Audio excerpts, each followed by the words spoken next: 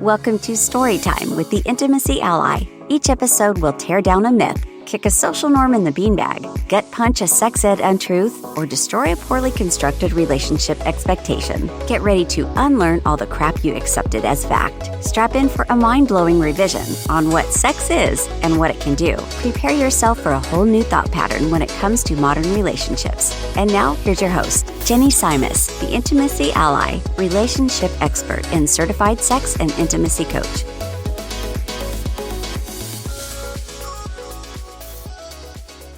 All right. Hello, my lovelies. We are here. And we have a big episode today. It is episode number 4, and we are going to be discussing faking it. So I actually had a conversation about this topic with my best friend who happens to be a dude. He is a cisgender white male who is heterosexual, and he is just beside himself, like totally in shock, awe, and surprise mode that women fake it as much as I am trying to tell him that they do. So I don't think I'm in the minority of people who have had most of their sexual experience be faking it. So let's just jump right into this. Now, the myth, the lie, the social construct that we are fighting in this episode is you're supposed to fake it. Have you ever lied about your reaction to something to save someone's feelings? Think back. Did your parent make you something to eat and it was not great, but you could see how hard they worked on it, and so you just wanted to make them feel special and appreciated?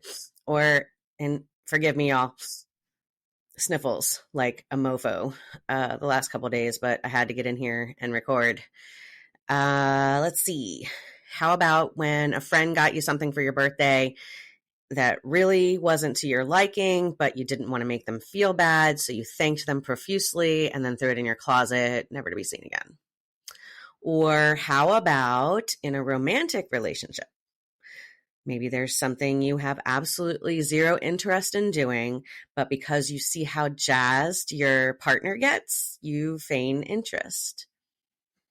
If you answered yes to any of these questions, congratulations on being a typical people-pleasing, empathetic person. You are kind. 5 points for kindness. But where does it get you when you lie about these things?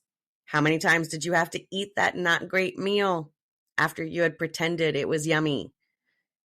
Did your friend buy you a new gift each year in the same vein because they had no idea that you didn't like the first one?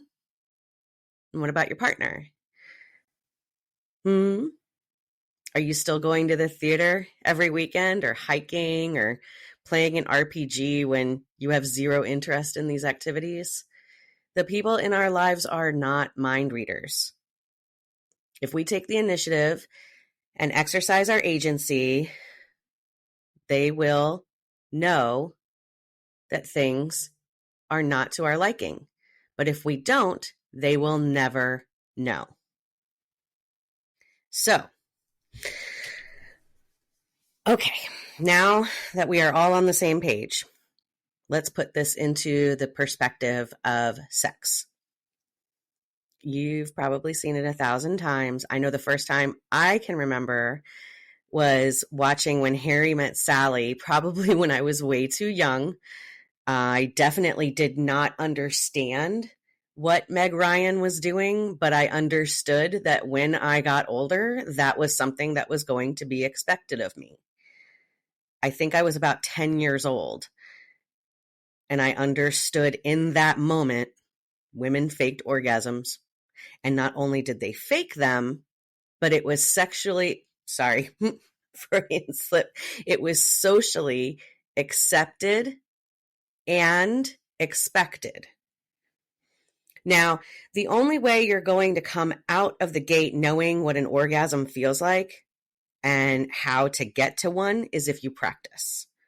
That's a whole other episode, honestly, where I delve way, way more into self-pleasure and the great teachings of the late, great Betty Dodson. But I'm probably going to bring it up a lot because I wholeheartedly believe that everyone should be whacking off. Men, women, you should learn your body and you should learn how to please yourself from jump. And that means whether you're single or whether you're bunned up, whether you're between relationships, whether you're not interested in ever having a relationship, self-pleasure is a right. I loathe how getting off has become a religious or a political issue. It is a fucking right to have pleasure for yourself. All right, I'm going to stop preaching. That's enough for today. But seriously, what good do you think is happening from faking it? I feel like when I was talking to my best friend this weekend, the thing that we could agree on is it's shooting yourself in the foot. It is totally a self-fulfilling prophecy of having non-enjoyable sex, right? Let's think about this. From examples, this is what I can think of. Like, all right, there's a man. He's having sex with you. He thinks that he has accomplished something. He thinks he has rocked your world. He thinks he has game and that his fucking skills are like no other you've ever had. He thinks you are completely satisfied. So he gives you a peck and rolls over and falls asleep, quietly patting himself on the back. And then you get up the next day and you go off and you complain to your sister or your cousin or your friend about how boring sex has become and how you don't even know why you do it anymore. If you're lucky, you find some later time that you can play with yourself with a vibrator while he's down the hall or, with the kids or whatever. Does that sound like a great way to live the rest of your life? And how is he supposed to know? How is this guy supposed to know? And how is he ever going to change his behavior if he doesn't know? He thinks that he has pleased you. You have put on the greatest show on earth. You have outdone Meg Ryan. You have put that bitch to shame. You have made him believe that he is a rock fucking god of sex, right? But he's not. You're just perpetuating this cycle where you have sex and it feels like it's a job, and he has sex thinking that you're doing everything and he's doing everything that is causing pleasure for both of you, when really sex has just become about his climax and you pretending that you are. This shit has been going on too long and I want to break the cycle. So what do? We know the lie. How do we make it right? I believe that there are 5 things that need to happen. Now, 1, we as women need to do better. We need to pave the way for the women of tomorrow to come up thinking that it is not only acceptable to fake it, but that we should have the vocabulary, skills, confidence to talk about our bodies and how we get satisfied. So I'm saying it is unacceptable to fake it. We need to teach those who are younger than us. We need to teach ourselves. It is unfucking acceptable. Now, how do we do that? 2, for starters, let's de-shame masturbation. Masturbate, masturbate, masturbate. Let's talk about masturbation liberation. Let's talk about it, talk about it, talk about it until it is not so taboo, until it becomes totally socially acceptable that chicks masturbate just as much as dudes do. And it is like totally normal. Let's encourage it. There are all these sex ed programs, and all they do is focus on abstinence being the only way to protect against unwanted pregnancy and STIs. Super. Guess what? There's another totally foolproof way of you avoiding STIs and pregnancy. You know what it is? Masturbating. That's right.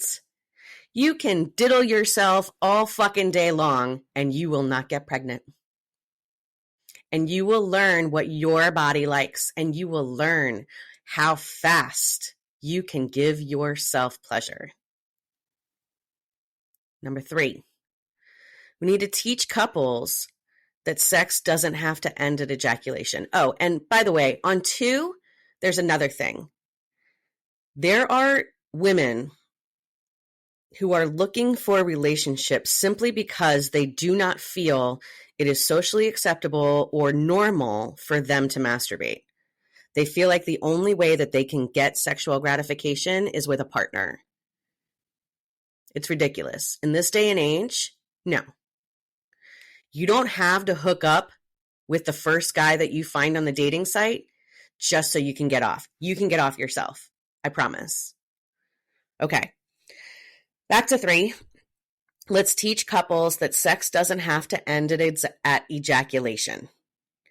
I feel like this is where some same-sex couples are so far ahead of the curve because their sex lives are not necessarily around, penis and vagina sex, or that's not like the goal.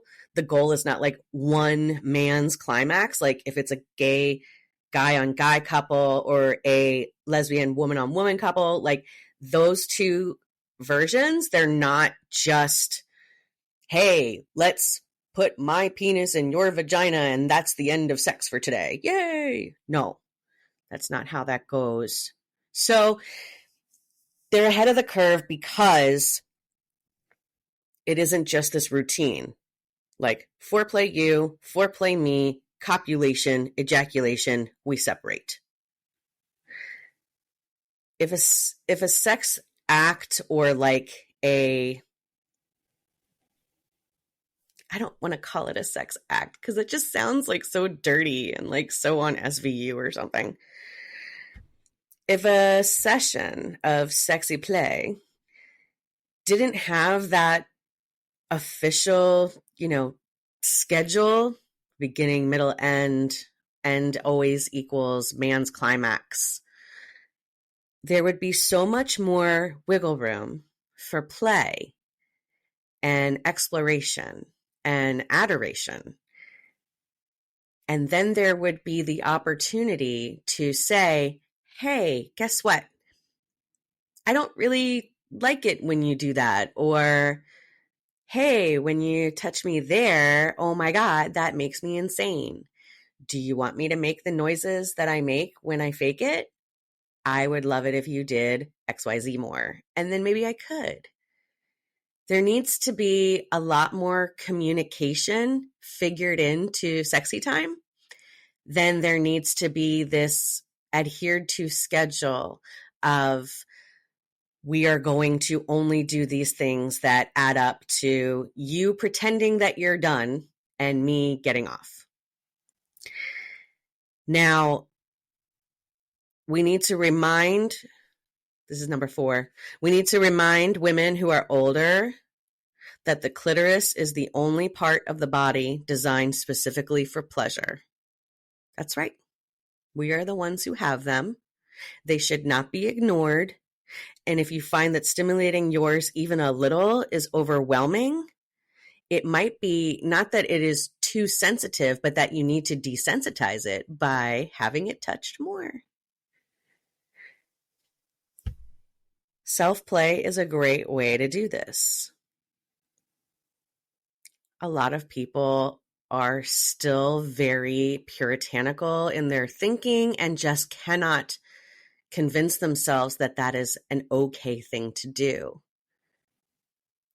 Can we take a step back and let's look at some of the reasons that women are faking it? There is the pressure to perform. One of the main reasons many women fake it is the pressure to perform that society has created, like this unrealistic expectation for women when it comes to sex. And it may feel like they have to produce this earth-shattering orgasm. A big one, sorry dudes, is fear of hurting your partner's ego. The male ego is fucking fragile, okay? I have it on good authority from dudes that is a fucking thing. Unfortunately, learning about sex from movies, from romance novels, from pornography, we are seeing a horrid misrepresentation of what it actually takes to get a woman off. We are seeing pumping and thrusting and banging into vaginas with like zero outside vulva clitoral stimulation and thinking like, oh yeah, that's how it's supposed to happen. So women feel deficient, that it's not happening for them that way. And men just keep doing it that way, not getting told that only a small fraction of women can actually get off without any clitoral stimulation. Most women enjoy clitoral and penetration, but they're not able to orgasm unless there is some kind of clitoral stimulation. Do you know what that means? We need toys. We need finger play. And we need them to get normalized when couples come together to have sex. If men were not coming, if men were not able to ejaculate, oh my God, what is with me today? If men were not able to ejaculate without some kind of tool, without some kind of sex toy, how long do you think it would take to normalize having that sex toy in every American bedroom? I bet you I wouldn't be having this episode. There's something that's so taboo about women in committed relationships. Just, they shouldn't need those toys. That's for when they're single. No, it's because we have vulvas. That's why they're necessary. And if you are a dude who wants to have legit, hot, satisfactory for everyone sex, get used to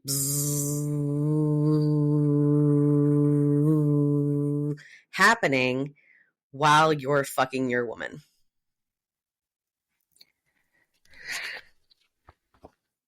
The fragile ego needs to get stroked, I guess, so that we can get our clit stroked. I don't actually have an answer for it. I'd love it if you wrote in and told me. Lack of communication is like the biggest reason why this is still a thing. Sorry, had to shift my notes around. We have this collective thought error, and I hate saying it that way, but the way that we do this is just not right. We just need to stop. Now, I understand I just sat there and blamed the men for not understanding what needs to go into having sex with a woman physically. Guess what? We need to be able to say that. We need to demand it. It's up to us. If you're not getting your world rocked, you need to talk to your partner. No one can fix the issue if they don't know it exists. I don't know how else to hammer this home. It's a vicious cycle, a self-fulfilling prophecy, propagation of dissatisfaction, whatever horrible phrase you'd like to align with it. And it's totally avoidable if we just pull up our granny panties and stand up for our right for good sex. There are some things that could go into this. You could have past traumas that you maybe might want to explore talking to a therapist about. I know for myself, I had experienced sexual coercion to rape in different situations. So it was actually a part of survival for me to pretend to enjoy sex at certain points in my life. I'm in a fabulous, monogamous, committed relationship now where my partner has made it very known that he does not want me to fake it. It took me a good 6 months to a year to really stop myself from doing that. It's so ingrained in our behavior. It's not going to be something that you switch off. It's not going to be like a light switch. It is a behavior that you have to unlearn, and there might be underlying reasons that you're going to need help from a professional to address, and that is totally okay. Like, you have to know that that is so very typical, so very normal, so very part of how this became a normal thing in society. Is that we didn't get that encouragement. We didn't get that talking to. We didn't have the language. We didn't have the room. We didn't have the room to grow and want to explore our bodies. We didn't have the education that should have come with the sex education in school, like on how to be honest with a partner. Or how to tell someone, I don't like it when you do this to my body, and to know that that's okay. We've seen all of these examples on TV, in movies, in books.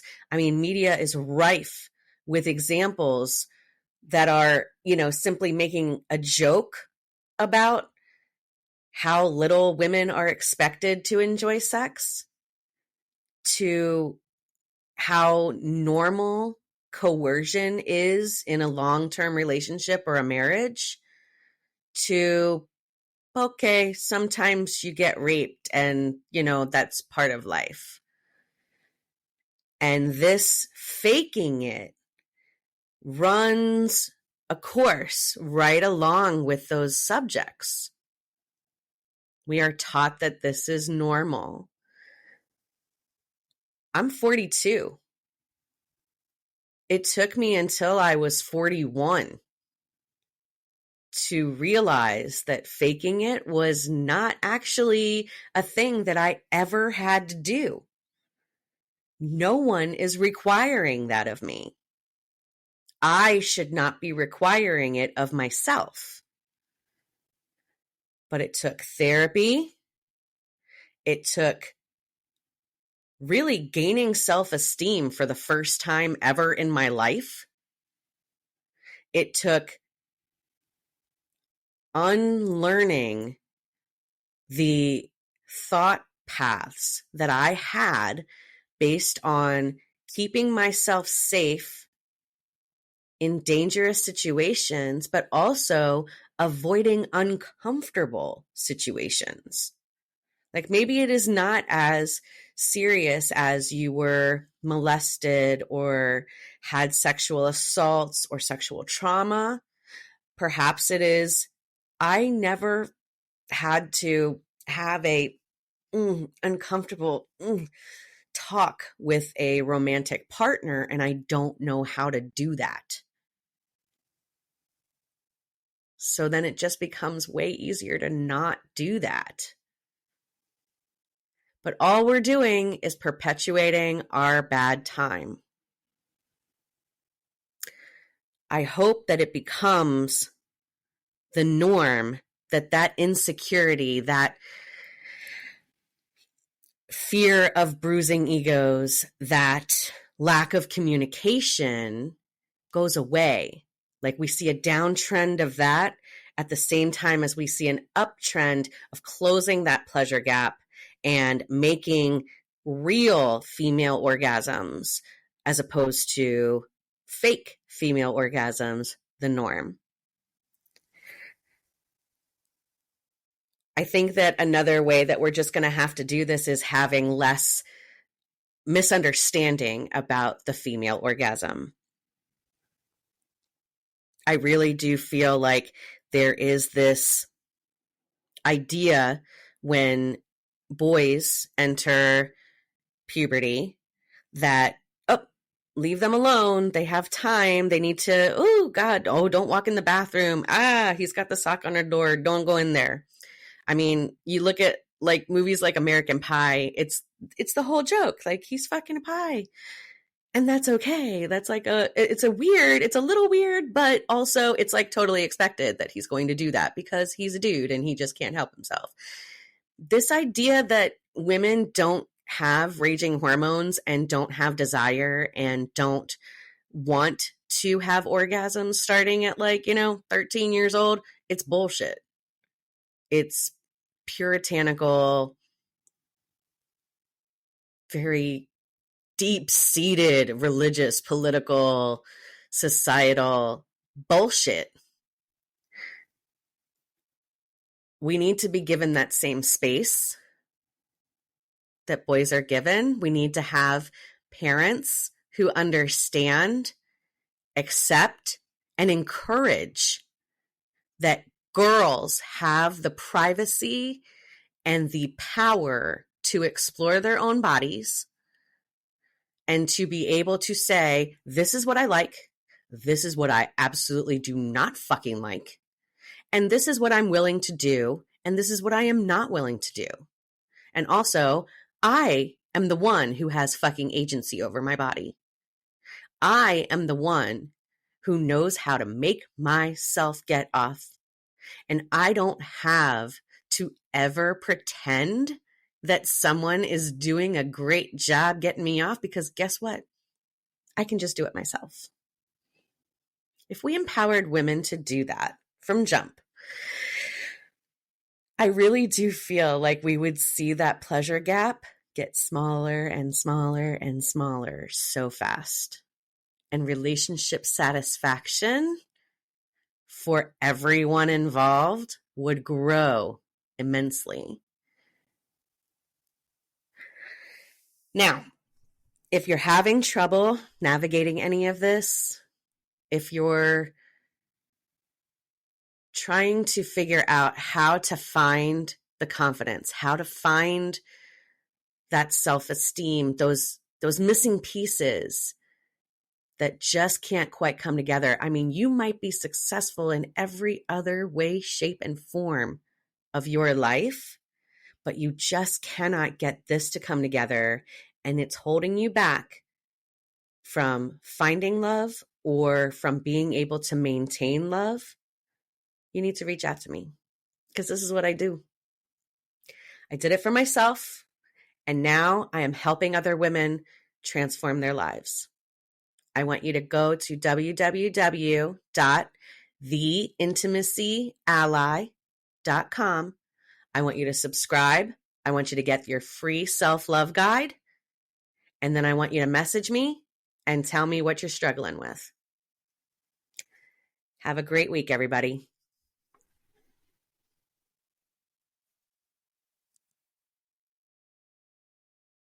Thank you for tuning in to Storytime with the Intimacy Ally. We hope you learned a bit more about putting the fire back in your romantic relationships, exploring communication and emotional readiness in all relationships, and how to expand your definition of intimacy so you can reach your relationship goals. Go to theintimacyally.com to subscribe and never miss an episode. Follow the links in the show notes to social media and events. Till next time, keep on learning, growing, and thinking. Storytime with the Intimacy Ally podcast is meant for educational and entertainment purposes only and should not be considered as health or mental health advice.